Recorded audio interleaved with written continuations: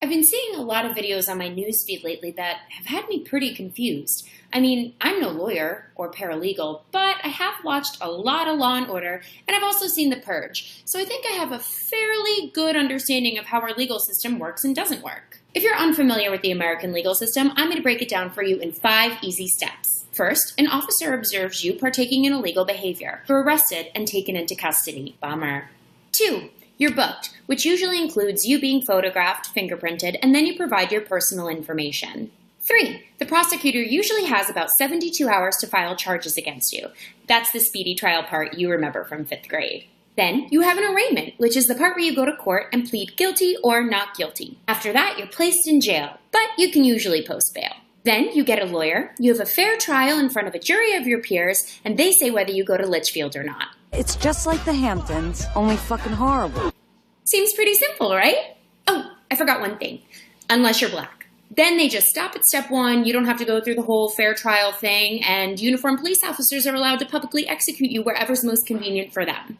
Or at least that's what I've been seeing a lot of lately. Now, most of America has collectively been saying, "What is going on?" But I've still seen a few people say, "What's the big deal?" So I took a moment to reach out to those people. And here's what I've found. I've heard people say that what happened to Alton Sterling was okay because police officers risk their lives every day.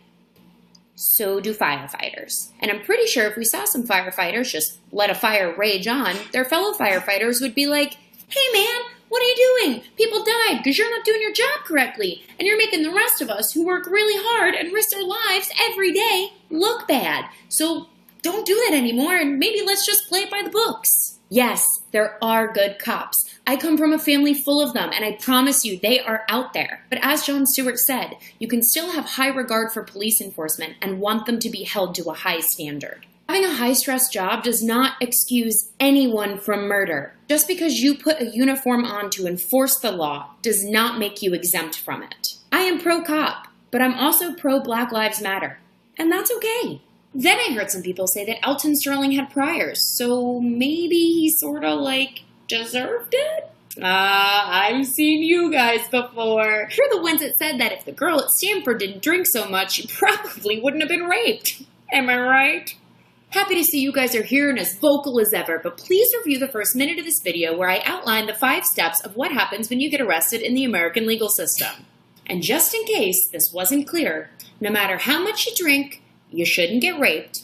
And no matter how many priors you have, you shouldn't be publicly executed by uniformed police officers. Then I heard some people say that there are consequences to resisting arrest. So I took the time to look them up in this book. And nowhere in here does it say that the consequences for resisting arrest are public execution. It does say you should be afforded a trial in front of a jury of your peers, blah, blah, blah. Everyone deserves due process. The law, am I right? Then I heard some folks say, well, if he followed the law, he would have been fine.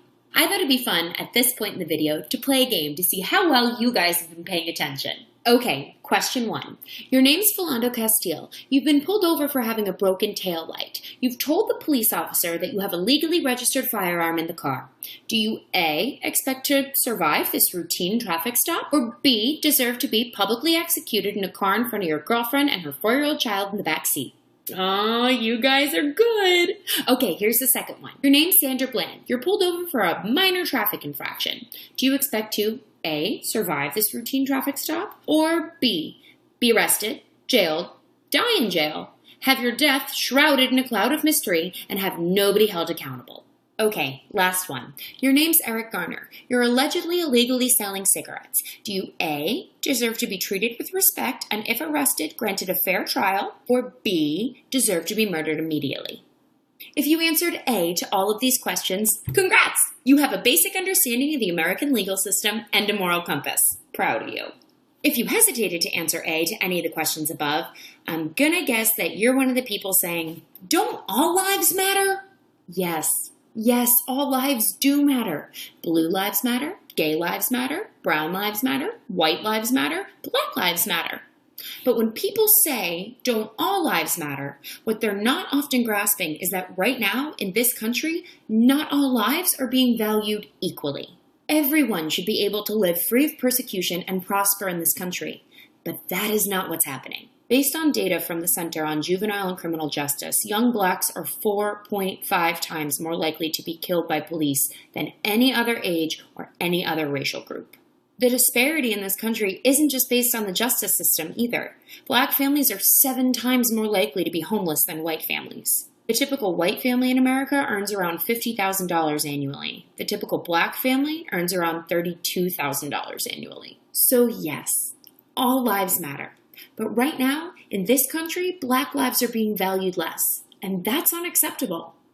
Then I heard people say, well, what about the officers in Dallas? My heart aches for the officers in Dallas, but it aches no less for the families of Alton and Philandra. We must always condemn disregard for human life. But I've seen the fear in the eyes of families of police officers when their loved one goes out the door to report for duty.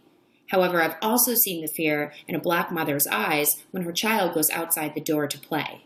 We must own up to the reality of systemic racism in this country. In 2016 alone, blacks continue to be shot by police at 2.5 times the rate of whites. That is a statistic. That is real. And that is not okay.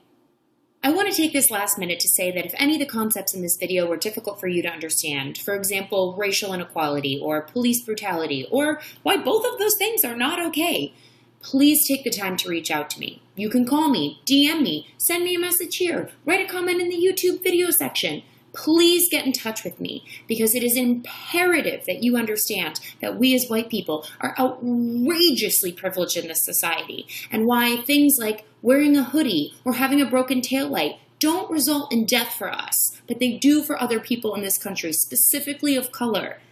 And that's not okay. As always, I'm Taylor Ham, and you're welcome.